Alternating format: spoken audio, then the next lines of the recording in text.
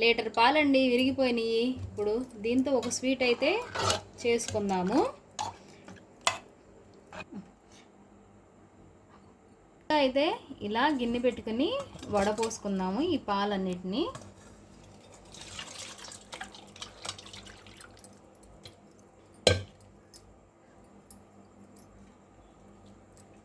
Litre పాలండి, litre పాలు ఇరిగిపోయినాయి అని చెప్పి మనం పడేసుకుంటామా?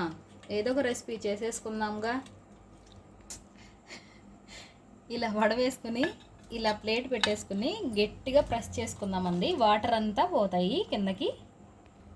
ప్లేట్ తీసేసుకుందాము, వాటర్ అంతా పోయింది కదా. ఇప్పుడు ఒక కడాయి తీసుకొని ఇప్పుడు వడబోసిన పాలు విరిగిపోయిందని దీనిలో వేసేసుకుందాము.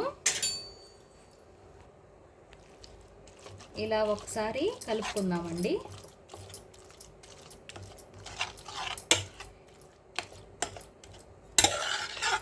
ఇలా అయిపోయిన తర్వాత ఒక స్పూన్, పెద్ద టేబుల్ స్పూను బెల్లం అనేది వేసేసుకుంటున్నారు. ఇక్కడైతే మీరు పంచదార కూడా వేసుకోవచ్చు. నేనైతే బెల్లాన్ని వేసుకుంటున్నాను. బెల్లం హెల్త్కి చాలా మంచిదని చెప్పి మీడియం ఫ్లేమ్ మీద ఈ వాటర్ అంతా ఎగిరిపోయే వరకు పెట్టుకుందామండి.